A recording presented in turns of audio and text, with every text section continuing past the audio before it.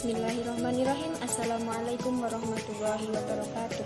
Perkenalkan, nama saya Yusen Amalia Prahesti, NIM 203190317 dari kelas PGMII IAIN Ponorogo. Kali ini saya membuat video untuk memenuhi tugas UAS mata kuliah Psikologi Pendidikan yang diampu oleh beliau Bapak Edi Purnomo MPSI. Pada video kali ini saya mengambil tema kepribadian. Sebenarnya apa sih kepribadian itu? Sebelum masuk materi kepribadian, saya akan menjelaskan apa saja yang akan saya bahas pada materi kali ini.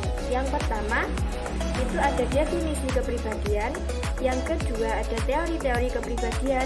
Yang ketiga, ada proses perkembangan kepribadian. Yang keempat, ada tipe-tipe kepribadian. Yang kelima, ada kepribadian yang sehat. Dan yang terakhir atau yang keenam, ada kepribadian abnormal.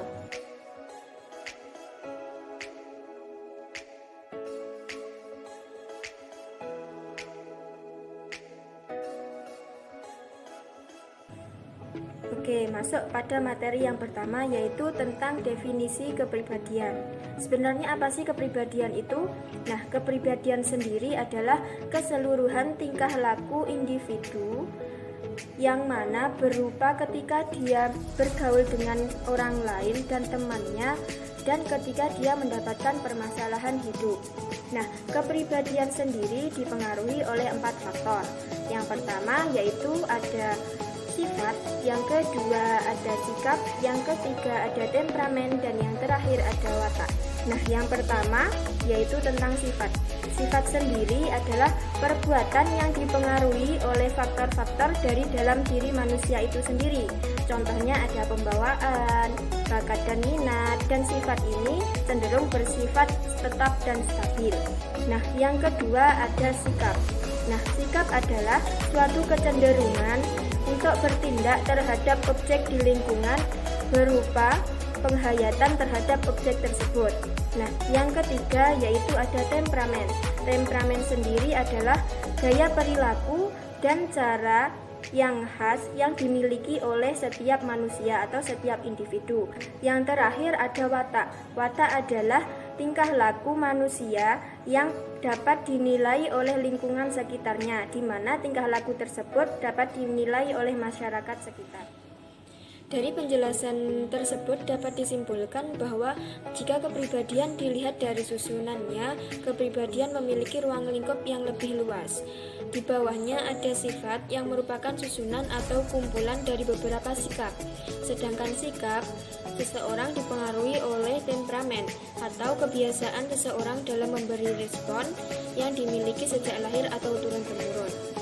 Kepribadian seseorang mungkin bisa berubah bergantung pada stimulus yang diberikan oleh lingkungannya sendiri. Sedangkan faktor utama pembentuk kepribadian yaitu faktor biologis dan ada juga faktor lingkungan, terutama faktor lingkungan keluarga dan juga lingkungan pertemanan. Materi yang kedua yaitu tentang teori-teori kepribadian. Di sini saya mengambil 8 teori. Apa saja? Yang pertama yaitu ada teori psikoanalisis, yang kedua ada teori sifat, yang ketiga ada teori tipologi, yang keempat ada teori behaviorisme, yang kelima ada teori humanistik, yang keenam ada teori kognitif, yang ketujuh ada teori belajar, dan yang terakhir ada teori psikodinamika. Yang pertama adalah teori psikoanalisis. Teori ini membagi insting manusia menjadi 3. Yang pertama yaitu ada identity atau naluri, yang kedua ada ego atau nalar, dan yang terakhir yaitu ada super ego atau suara hati. Ketiga tersebut saling mempengaruhi dan memberikan dorongan atau menekan suatu keinginan. Jadi, teori ini menjelaskan dorongan untuk berperilaku yang dibatasi oleh norma dan keinginan bertindak baik yang diterima oleh masyarakat sekitar dan juga masyarakat luas. Nah, masuk teori yang kedua yaitu tentang teori sifat. Teori sifat adalah teori yang menjelaskan bahwa sifat manusia merupakan salah satu penyusun adanya kepribadian yang ada dalam manusia itu sendiri. Nah, yang ketiga ada teori tipologi. Teori tipologi menjelaskan bahwa manusia melakukan sesuatu didasari atas 3 hal. Apa saja 3 hal itu? Yang pertama yaitu ada manusia ingin menikmati hidup. Yang kedua, manusia berani mengambil resiko dan juga memiliki sifat pemberani. Dan yang ketiga atau yang terakhir yaitu manusia memiliki sifat ingin menyendiri. Nah, masuk teori yang keempat yaitu tentang teori behaviorisme. Teori behaviorisme ini menjelaskan bahwa kepribadian manusia terbentuk atas kebiasaan yang berulang-ulang. Nah, yang kelima yaitu ada teori humaistik. Nah, teori humaistik ini menitik beratkan kepada kepribadian manusia, di mana kepribadian manusia adalah sifat dasar manusiawi, di mana setiap manusia memiliki emosi positif, yang mana emosi positifnya dapat ditunjukkan berupa afeksi-afeksi tertentu atau kasih sayang. Yang keenam ada teori kognitif. Teori kognitif ini menjelaskan bahwa kepribadian manusia tersusun atas elemen-elemen kesadaran, di mana elemen-elemen tersebut salah satunya saling berkaitan dengan yang lain. Yang ketujuh yaitu ada teori belajar. Teori belajar ini menjelaskan bahwa kepribadian manusia terbentuk karena adanya interaksi antara individu dan juga lingkungannya, di mana antara keduanya saling memberikan pengaruh. Yang terakhir yaitu ada teori psikodinamika. Teori psikodinamika menyatakan bahwa setiap individu terdapat energi psikis yang dinamis, di mana energi psikis yang dinamis tersebut bisa menentukan kepribadian manusia itu sendiri karena bersifat kekal dan tidak bisa dihilangkan dari dalam diri manusia. Selanjutnya masuk materi yang ketiga yaitu tentang proses perkembangan kepribadian manusia. Di sini dibagi menjadi 3 fase. Fase yang pertama yaitu fase penanaman attitude. Di sini anak mulai mengenal dirinya sendiri. Pada fase ini biasanya berumur 3-5 tahun. Pada fase ini orang tua bisa menanamkan perbuatan-perbuatan yang positif agar bisa ditiru oleh anaknya. Karena pada fase ini bersifat permanen, walaupun kadang ada yang berubah yang dipengaruhi oleh pergaulan, tetapi sebagian besar akan tertanam hingga dewasa. Selanjutnya yaitu masuk fase yang kedua. Pada fase ini merupakan fase di mana mulai berkembangnya karakter anak sesuai dengan lingkungan sekitarnya, di mana pada fase ini anak bisa mengembangkan minat dan bakatnya. Selanjutnya yaitu fase ketiga, di mana pada fase ini perkembangan relatif tetap, di mana pada fase-fase ini terbentuknya perilaku-perilaku yang khas yang bisa menjadi kepribadian yang bersifat abstrak. Selanjutnya masuk materi yang keempat yaitu tentang tipe-tipe kepribadian manusia. Di sini saya mengambil tipe-tipe kepribadian manusia menurut Shi Jijun. Di sini beliau membagi menjadi 3 yaitu ada introvert, ada extrovert, dan ada ambivert. Yang pertama yaitu kepribadian introvert. Orang yang memiliki kepribadian ini biasanya mereka lebih tertutup. Mereka lebih senang menyendiri, memikirkan dirinya sendiri. Orang tersebut juga sulit untuk bergaul dengan teman lainnya. Selanjutnya yaitu orang yang bersifat introvert, mereka mudah tersinggung dan sulit untuk menerima kritikan dari orang lain. Selanjutnya yaitu kepribadian yang bersifat ekstrovert, di mana kepribadian ini merupakan kebalikan dari kepribadian introvert tadi. Orang yang memiliki kepribadian ekstrovert ini, mereka biasanya lebih bersifat terbuka, senang bercerita, mudah bergaul, dan mempunyai banyak relasi, bersifat periang dan juga ramah. Nah, yang terakhir yaitu kepribadian yang bersifat ambivert. Nah, kepribadian ini merupakan perpaduan antara dua kepribadian tadi, yaitu ekstrovert dan juga introvert, di mana kepribadian ini memiliki banyak interaksi sosial dan juga dapat menikmati kesendiriannya. Selanjutnya yaitu tipe kepribadian menurut Kretschmer. Beliau membagi menjadi dua, yaitu ada schizotim dan yang kedua ada silo. Pertama yaitu tipe kepribadian schizotim. Tipe kepribadian schizotim ini hampir sama dengan tipe kepribadian introvert.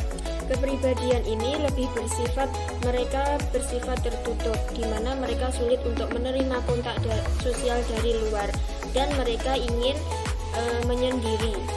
Selanjutnya yaitu kepribadian yang bersifat silotim, di mana kepribadian ini hampir sama dengan kepribadian ekstrovert.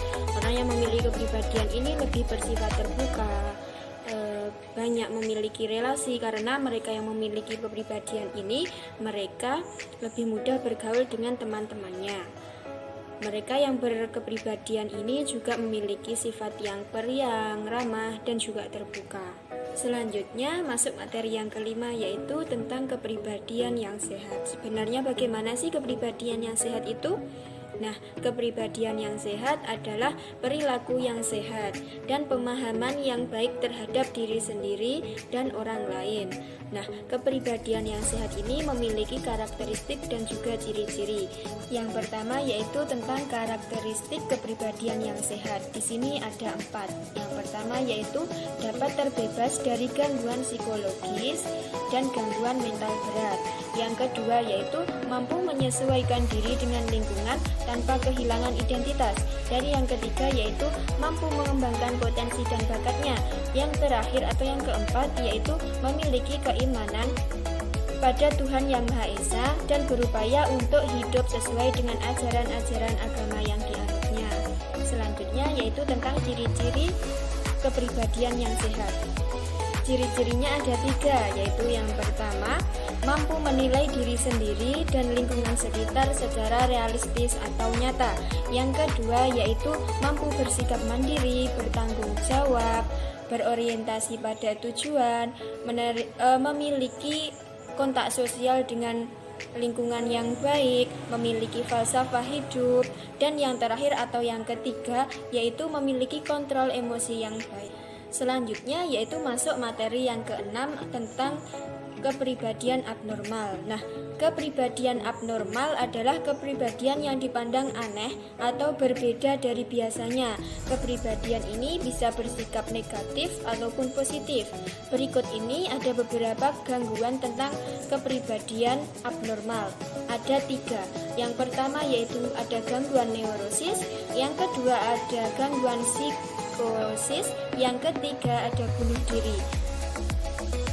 Yang pertama yaitu gangguan neurosis. Gangguan ini biasanya menyerang kecemasan dan rasa takut seseorang. Gangguan ini biasanya menyerang emosional, kognitif, dan juga psikologi seseorang. Pada gangguan neurosis ini biasanya timbul fobia dan rasa takut yang berlebihan. Yang kedua yaitu dengan gangguan psikosis, di mana gangguan psikosis ini memiliki 3 reaksi utama. Reaksi yang pertama yaitu schizophrenic, di mana schizophrenic ini yang memicu terjadinya alter ego. Yang kedua yaitu reaksi paranoid atau terbayang terhadap sesuatu hal secara berlebihan. Yang ketiga yaitu tentang reaksi bagaimana depresi yang sangat kuat. Selanjutnya yaitu yang terakhir bunuh diri. Nah, bunuh diri adalah mengakhiri hidupnya dengan cara yang tidak wajar. Biasanya orang yang melakukan bunuh diri ini terjadi karena adanya mereka tekanan dan juga depresi. Ada juga mereka yang memiliki konflik secara berkepanjangan dan juga kehilangan harapan hidupnya. Kepribadian menjadikan manusia berbeda satu sama lain, unik dan penuh karakteristik. Meskipun diindikasikan memiliki kepribadian yang sama, bukan berarti manusia memiliki sikap, sifat, watak, dan temperamen yang sama. Karena kepribadian terbangun dari lingkungan keluarga dan juga lingkungan masyarakat sekitar. Dengan mempelajari kepribadian, kita diharapkan bisa lebih bersyukur atas anugerah dari Allah Subhanahu wa Ta'ala dan mengerti sejauh mana pentingnya menjaga kesehatan mental agar memiliki kepribadian yang sehat. Sekian penjelasan dari saya tentang kepribadian, semoga bermanfaat. Apabila ada kurang lebihnya, saya mohon maaf. Akhiran, wassalamualaikum warahmatullahi wabarakatuh.